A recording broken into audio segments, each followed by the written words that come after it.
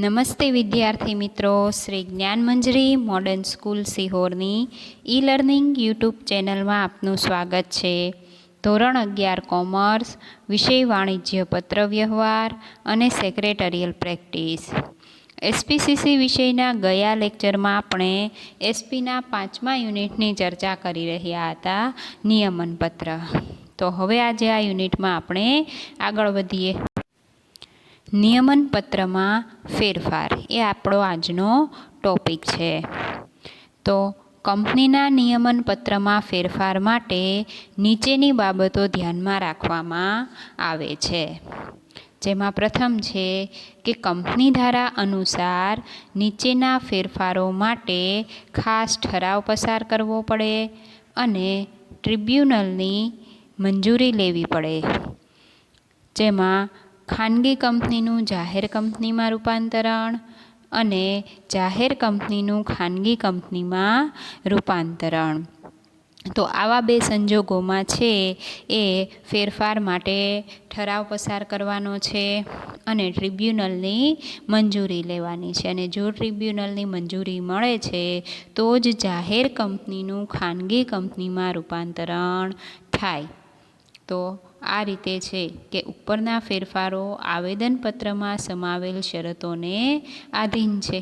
જે કાંઈ ફેરફારો થયા એ આવેદનપત્રમાં જે શરતો નક્કી થઈ તેને ધ્યાનમાં રાખીને જ કરવામાં આવે છે. પછી બીજું છે કે કંપની ધારા અનુસાર કોઈ ખાનગી કંપની પોતાના આર્ટિકલ્સમાં એવી રીતે ફેરફાર કરી શકે જેથી ખાનગી કંપનીના નિયમનપત્રમાં સમાવેલ મર્યાદાઓ કે નિયંત્રણો નીકળી જાય તો તે તારીખથી ખાનગી કંપની તરીકે તેનો અંત આવે છે. ખાનગી કંપની પોતાના આર્ટિકલ્સમાં જે ફેરફારો કરે છે એ એવી રીતે કરશે કે એના નિયમનપત્રમાં સમાવેલી મર્યાદાઓ અને નિયંત્રણો નીકળી જાય તો તે તારીખથી કંપનીનો અંત આવે છે. એટલે એણે એ રીતે જ મર્યાદાઓ અને નિયંત્રણો છે એ કાઢવાના હોય છે. પછી સંચાલકો, મેનેજિંગ ડિરેક્ટર કે પૂર્ણ સમયના ડિરેક્ટરના મહેનતાણામાં વધારો કરવા અંગે સુધારો હોય તો ખાસ ઠરાવ પસાર કરવો પડે છે. બરાબર, આ લોકોના મહેનતાણામાં જો વધારો કરવાનો હોય અને એ માટે સુધારા કરવાના હોય તો સૌપ્રથમ ખાસ ઠરાવ પસાર કરવો પડે છે. સર્વોપરિતા ધરાવતી જોગવાઈઓની વિરુદ્ધમાં કોઈ ફેરફાર થઈ શકે નહીં. એવી જોગવાઈઓ કે જે સર્વોપરી છે, બધાની આધાર છે એ જોગવાઈઓ ઉપર રહેલો છે, આખી કંપનીનો આધાર એ જોગવાઈઓ ઉપર રહેલો હોય તો એવી જોગવાઈઓની વિરુદ્ધમાં કોઈ ફેરફાર થઈ શકતો નથી. પછી છે ભારતમાં પ્રવર્તમાન કાયદાઓની વિરુદ્ધમાં કોઈ ફેરફાર થઈ શકે નહીં. જે કાયદાઓ ભારતમાં લાગુ પડતા હોય અને એના બંધારણમાં લખાયેલા હોય તેવા કાયદાઓની વિરુદ્ધમાં પણ કોઈ ફેરફાર કરી શકતી નથી. કોઈ પણ કંપની હોય, જાહેર કંપની કે ખાનગી કંપની, તે ભારતના કાયદાઓની વિરુદ્ધમાં પોતાની કંપનીના નિયમોમાં કોઈ ફેરફાર કરી શકશે નહીં. પછી આવેદનપત્રની વિરુદ્ધમાં કોઈ ફેરફાર થઈ શકે નહીં. કારણ કે નિયમનપત્ર છે એનો પાયાનો દસ્તાવેજ શું છે? આવેદનપત્ર. એટલે આવેદનપત્રમાં જે કાંઈ જોગવાઈઓ છે એને ધ્યાનમાં રાખી અને નિયમનપત્રમાં ફેરફાર થાય છે.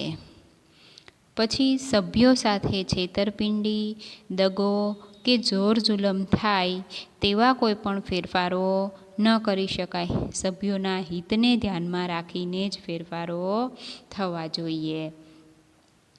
પછી નિયમનપત્રમાં ફેરફાર કંપનીના હિત માટે થયેલ હોવો જોઈએ. સભ્યોના હિતને અને કંપનીના હિતને ધ્યાનમાં રાખી અને નવા નિયમો બનવા જોઈએ.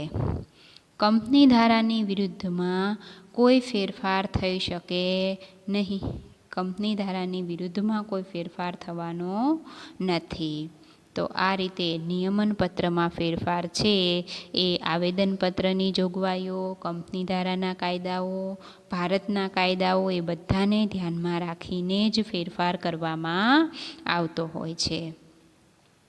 હવે છે ફેરફાર કરવા અંગે સેક્રેટરીની ફરજો.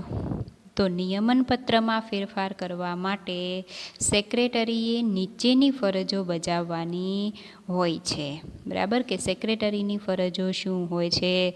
તો કંપનીના દરેક કાર્યો હશે, દરેક કાર્યમાં સેક્રેટરી છે એનું વધારે મહત્ત્વ છે. એના દ્વારા જ દરેક કાર્યો થતા હોય છે.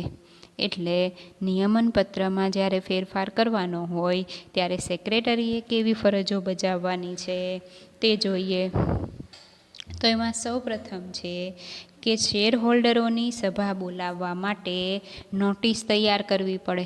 કારણ કે શેર હોલ્ડરો છે કંપનીના માલિકો છે, અને જો કંપનીના નિયમોમાં ફેરફાર થાય છે તો સૌપ્રથમ એ લોકોની સભા બોલાવવામાં આવે છે, અને એ સભામાં નક્કી થાય એ પ્રમાણે નિયમનપત્રમાં ફેરફાર કરવાનો હોય છે. તો એની સભા બોલાવવા માટે સૌપ્રથમ નોટિસ તૈયાર કરવાની. આ નોટિસ શેર હોલ્ડરોને સભાના 21 દિવસ અગાઉ મળી જાય તે રીતે મોકલવી પડે છે. બરાબર. અને આ જવાબદારી કોની છે? સેક્રેટરીની. સેક્રેટરી દ્વારા નોટિસ તૈયાર થશે, અને નોટિસ શેર હોલ્ડરોને જ્યારે સભા રાખી છે તેના 21 દિવસ અગાઉ મળી જાય તે રીતે મોકલવાની છે. પછી સભામાં જે કાર્યો કરવાના હોય તેની કાર્યસૂચિ તૈયાર કરી નિયમનપત્રમાં જે ફેરફાર કરવાના હોય તેનો સમાવેશ કાર્યસૂચિમાં કરવો પડે. કે સભામાં કઈ કઈ બાબતો અંગેની ચર્ચા કરવાની છે તેની કાર્યસૂચિ તૈયાર કરવાની, અને સાથે સાથે નિયમનપત્રમાં જે કાંઈ ફેરફાર કરવાના છે તે ફેરફારોનો પણ તેમાં સમાવેશ થવો જોઈએ. તો આ રીતે કાર્યસૂચિ તૈયાર કરવાની. પછી ખાસ ઠરાવ પસાર કરવા સામાન્ય સભા બોલાવવી પડે. સભા ચાલુ હોય ત્યારે તેની સભા નોંધ રાખવાની જવાબદારી છે. જો મતદાન થાય તો મતદાનની ગણતરી કરવી અને તેની નોંધ રાખવી વગેરે ફરજો બજાવવી પડે. બરાબર. સામાન્ય સભા બોલાવવાની છે જો ખાસ ઠરાવ પસાર કરવાનો હોય. એટલે અગાઉ આપણે જોયું હતું કે ખાસ ઠરાવ કેવા સંજોગોમાં, તો કે સંચાલકોના, મેનેજિંગ ડિરેક્ટરના મહેનતાણામાં સુધારો વધારો કરવાનો હોય તો તેવા સંજોગોમાં ખાસ ઠરાવ પસાર કરવો પડે. અને આ ખાસ ઠરાવ પસાર કરવા માટે સામાન્ય સભા બોલાવવાની હોય છે. સભા ચાલુ હોય ત્યારે તેની સભા નોંધ રાખવાની છે કે કાર્યસૂચિ પ્રમાણે કાર્ય થાય છે કે નહીં, દરેક કાર્ય યોગ્ય પ્રમાણે કરવામાં આવે છે કે નહીં. બરાબર. અને જો મતદાન થયું હોય સભામાં તો મતદાનની ગણતરી કરવાની અને તેની નોંધ રાખવાની. પછી નિયમનપત્રમાં ફેરફાર કરવા અંગે જે ઠરાવ પસાર કરવામાં આવે તે ઠરાવની નકલ 30 દિવસમાં રજિસ્ટ્રાર સમક્ષ નોંધાવવાની વ્યવસ્થા કરવી પડે. પછીની સેક્રેટરીની ફરજ શું છે કે ભાઈ સભામાં જે કાંઈ ઠરાવ પસાર કરવામાં આવ્યો એ ઠરાવની નકલ છે એ 30 દિવસ સુધીમાં રજિસ્ટ્રાર સમક્ષ નોંધાવવાની છે. તો એ અંગેની તેણે વ્યવસ્થા કરવાની. સભામાં થયેલ કાર્યવાહીની નોંધ તૈયાર કરવામાં આવે ત્યારે તેમાં ખાસ પ્રકારની નોંધ સમાવવી પડે. સભામાં થયેલ કાર્યવાહીની નોંધ તૈયાર કરવાની છે, અને નોંધ તૈયાર થાય તેમાં ખાસ પ્રકારની નોંધનો સમાવેશ કરવાનો. પછી જો કોઈ બાબતમાં ટ્રિબ્યુનલની પરવાનગીની જરૂર હોય તો તેની વ્યવસ્થા કરવી પડે. કે અગાઉ જ જોયું આપણે કે એનું જે પ્રથમ ફેરફાર કરવાનો હતો એ પ્રથમ ફેરફાર કઈ રીતે થઈ શકે, તો કે જો ટ્રિબ્યુનલની મંજૂરી મળે તો થઈ શકે. તો એની પરવાનગીની પણ તેણે વ્યવસ્થા કરવાની હોય. જે ફેરફાર કરવામાં આવે તેનો સમાવેશ નિયમનપત્રમાં કરી નિયમનપત્રની નવી છાપેલી નકલ નિયત સમય મર્યાદામાં રજિસ્ટ્રાર સમક્ષ નોંધાવવી પડે. જે કાંઈ ફેરફાર કરવાનો છે હવે એનો સમાવેશ નિયમનપત્રમાં કરવાનો, અને નવા નિયમનપત્રની નવી નકલ છે એ રજિસ્ટ્રાર સમક્ષ નોંધાવવાની છે કે ભાઈ આ કંપનીમાં છે એ આ પ્રકારના નિયમો નવા ઘડાયા છે, આવા પ્રકારનો ફેરફાર થયો છે, જેની જાણ છે રજિસ્ટ્રારને થઈ શકે. અને રજિસ્ટ્રાર સમક્ષ નોંધણી થાય પછી જ તે ફેરફાર અમલમાં આવે છે. કંપનીનું અસ્તિત્વ જોઈએ તો રજિસ્ટ્રારની નોંધણી જરૂરી હોય છે. એ જ રીતે નિયમનપત્રમાં ફેરફાર હોય તો એ ત્યારે જ અમલમાં આવે જ્યારે રજિસ્ટ્રાર સમક્ષ નોંધણી થઈ હોય. હવે છે આંતરિક વહીવટનો સિદ્ધાંત. આ સિદ્ધાંતનો અર્થ એમ થાય છે કે કંપની સાથે કામ પાર પાડનાર બહારની વ્યક્તિ એમ માની લે છે કે કંપનીનો વહીવટ નિયમિત અને વ્યવસ્થિત ચાલે છે. કંપની સાથે કામ પાર પાડનાર વ્યક્તિઓ આવેદનપત્ર અને નિયમનપત્રની વિગતોનો જાણકાર છે તેમ માની લેવામાં આવે છે. કારણ કે દરેક વ્યક્તિને તો જેટલા કામદારો કાર્ય કરે છે, સભ્યો કાર્ય કરે છે, બધાને કાંઈ નિયમનપત્રની નકલ આપવામાં આવતી નથી, બધાને કાંઈ એની જાણ હોતી નથી. એ માત્ર કોને તો કે એના સભ્યો, એના બોર્ડ ઓફ ડિરેક્ટર્સ, સંચાલકો, કંપનીના માલિકો, એને જ એની જાણ હોય છે. દરેક વ્યક્તિને એની જાણ હોતી નથી. તો એ માટે શું તો કે એવું માની લેવામાં આવતું નથી કે કંપનીનો આંતરિક વહીવટ નિયમિત અને વ્યવસ્થિત ચાલે છે. આ રીતે આવું માનવામાં આવે છે કે કંપનીની દરેક બાબતો અંગેની જાણકારી આ દરેક વ્યક્તિને આપેલી છે. કારણ કે કંપની ધારા મુજબ આવેદનપત્ર અને નિયમનપત્ર બંને જાહેર દસ્તાવેજ છે.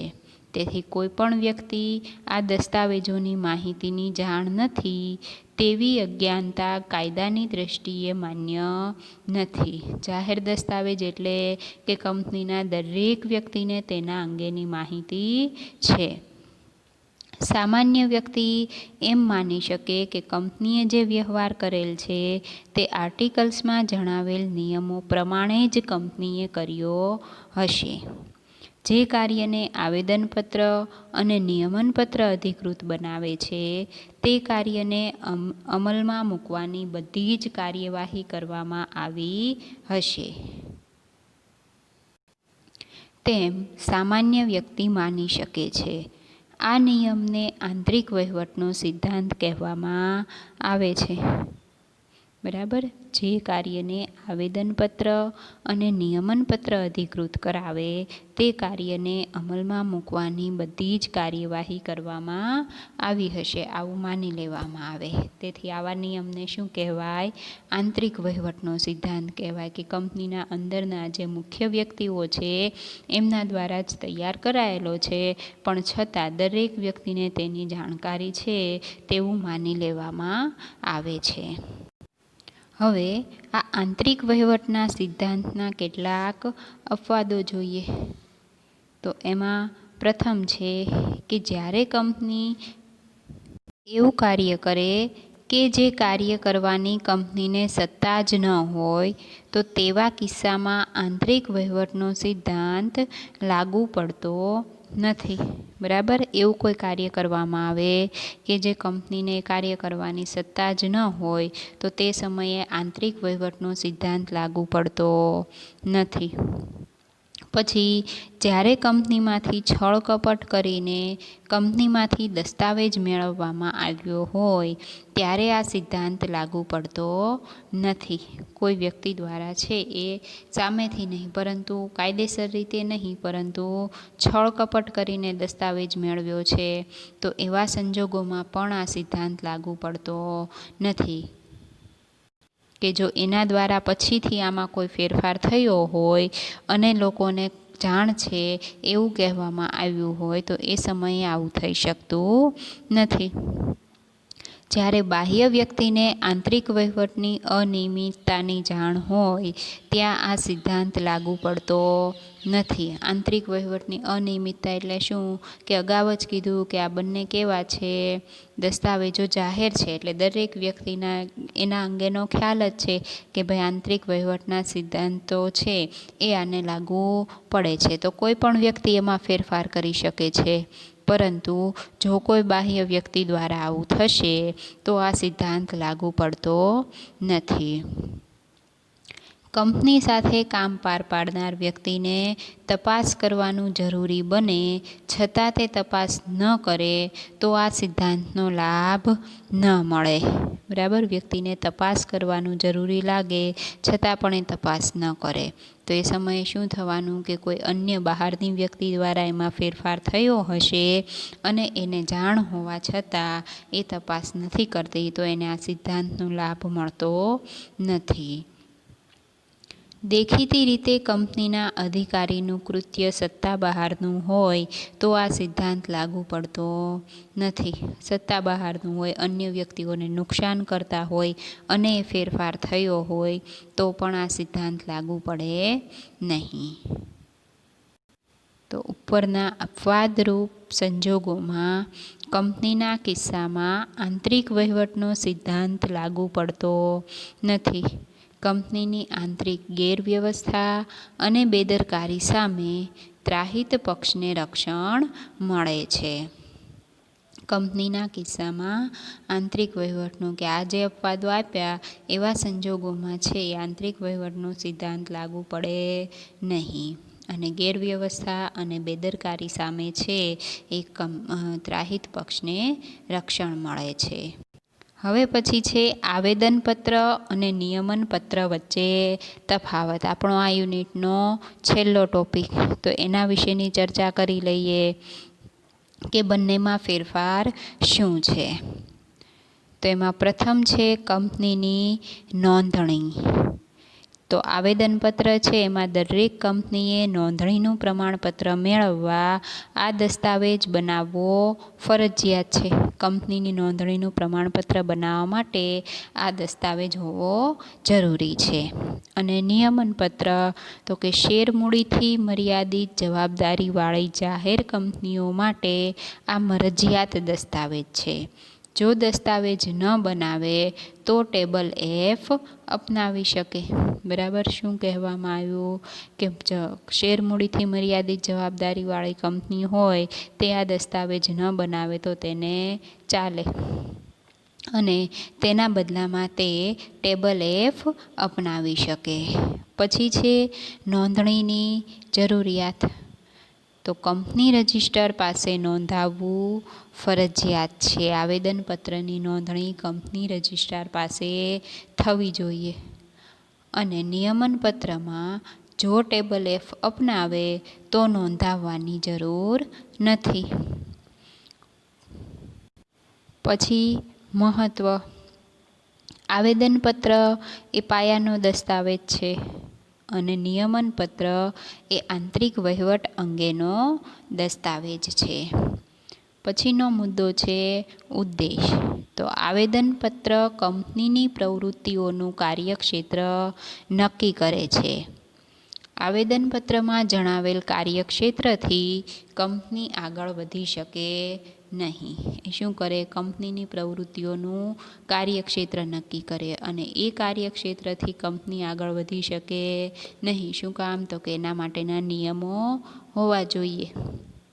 કંપનીનો આંતરિક વહીવટ કેવી રીતે ચલાવવામાં આવશે તે નક્કી કરે છે. જે કાર્યક્ષેત્ર નક્કી થયું તેને કઈ રીતે ચલાવવું એ કોણ નક્કી કરશે? નિયમનપત્ર. પછીનું છે ફેરફાર. આવેદનપત્રમાં સહેલાઈથી ફેરફારો થઈ શકતા નથી. તેમાં ફેરફારો કરવા લાંબી વિધિ કરવી પડે છે જે અટપટી અને ખર્ચાળ છે. ખાસ ઠરાવ પસાર કરવો પડે છે. જરૂરી પરવાનગી લેવી પડે. બરાબર, આવેદનપત્રમાં સીધી રીતે છે ફેરફારો થઈ શકતા નથી. ખૂબ ખર્ચાળ, લાંબી અને અટપટી પ્રક્રિયા છે. નિયમનપત્રમાં સહેલાઈથી ફેરફાર થઈ શકે છે. શેર હોલ્ડરની સામાન્ય સભામાં ખાસ ઠરાવ પસાર કરી ફેરફાર કરવામાં આવે છે. ખાસ કિસ્સામાં જ ટ્રિબ્યુનલની પરવાનગી લેવી પડે.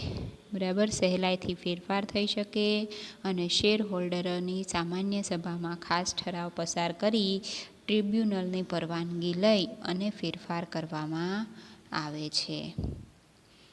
પછી સત્તાની મર્યાદા.